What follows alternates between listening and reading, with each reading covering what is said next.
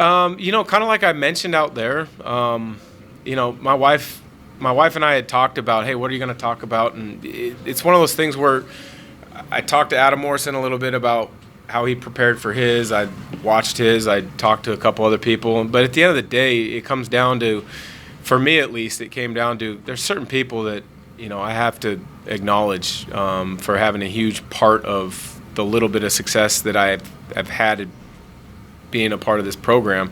It's teammates, it's coaches, it's a few of the other special people around the program, guys like Phil McCarthy, Eric Edelstein, who was, a great friend through college. Unfortunately, he couldn't make it tonight. And then just, the fact that, John called me this afternoon and he called to congratulate me. I think that's at the moment I was like, okay, well, some of these notes work and some don't. I guess I just need to go up, enjoy the moment, and speak a little bit from the heart. You said you consider yourself a small part of Gonzaga's history, but what has it been like for you to kind of watch the program rise to the heights it's at now and know you were a part of that? I take a lot of pride in it. I also think if you were to go ask Matt Santangelo, Casey Calvary, and then you move forward to Matt Bolden and Mo and Jeremy Pargo, they take pride in being great pieces of this program as well. I think the thing for me maybe that you can look at is, I kind of was that bridge after that Elite Eight team, and then the following year they go to the Sweet 16, and quite frankly, I bet probably a lot of people nationally thought Gonzaga was kind of going to be done. And I know Casey as the leader that year, when he was a senior, I was a junior, we didn't want it to end on our watch, and then it just kind of built from there. And then each program or each kind of era of the program, Mo takes it to the next level by being a National Player of the Year. Then a couple of years later, Kelly and that group's ranked number one, and now you're getting number one seeds, and now you're getting, McDonald's All-Americans and legitimate one-and-done type guys to the point where, there's a few different eras of the Gonzaga basketball, but we all can take a little bit of pride in each piece that we've played. Dan, you're here often doing color. What's it going to be like for you now coming in here and looking up there and seeing 21? It's pretty cool. I won't lie to that.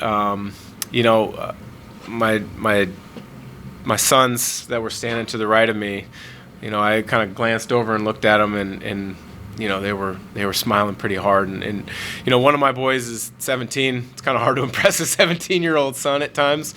My other son loves the game of basketball, so he watches stuff all the time. I don't think he Googles or YouTubes my highlights, but it was cool to see the smile that they had, and as well as my daughters and my wife. It's meant to be, so close to the program here in Spokane after you hung it up professionally to just be close to the program and get to see that growth.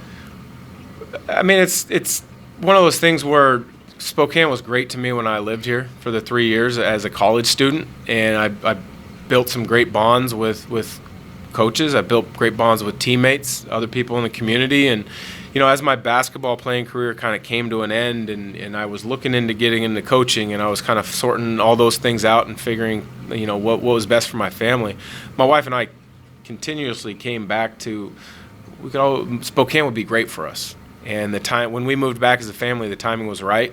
And we've been here over 10 years now, and that was one of the best decisions I think we've made is to move back here. And the other perk is I have grown my broadcasting career from starting, doing the Gonzaga local games with Greg and Richard, who are unbelievable friends of mine. So I get the best of both worlds. I get to work with two really good friends with the regional games, and then I get to see the Gonzaga perspective from a national when I cover them, on a national broadcast too.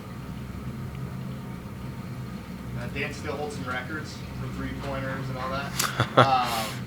What's it like to know that you still have records? And then I guess the second part of that is, you think you still got it? Can you go out there and grade some threes? Yeah, records are meant to be broken at some point. That record will be broken. Anytime a guy gets within kind of striking distance, friends will start texting me, or I'll see something on Twitter. At some point it'll get broken. At least the game mark, the season mark. To be honest with you, I wish I would have played in the era where there was a lot more freedom to shoot threes, because I would have put that jokingly, I would have tried to put that out of reach a little bit more. But, that's how the game was played then versus now. It's pretty cool to know that I do have a couple records. As far as shooting it, I shoot 360 Spokane here in town. I'll get out there and shoot with kids occasionally. But once a shooter, always a shooter. One more for Dan.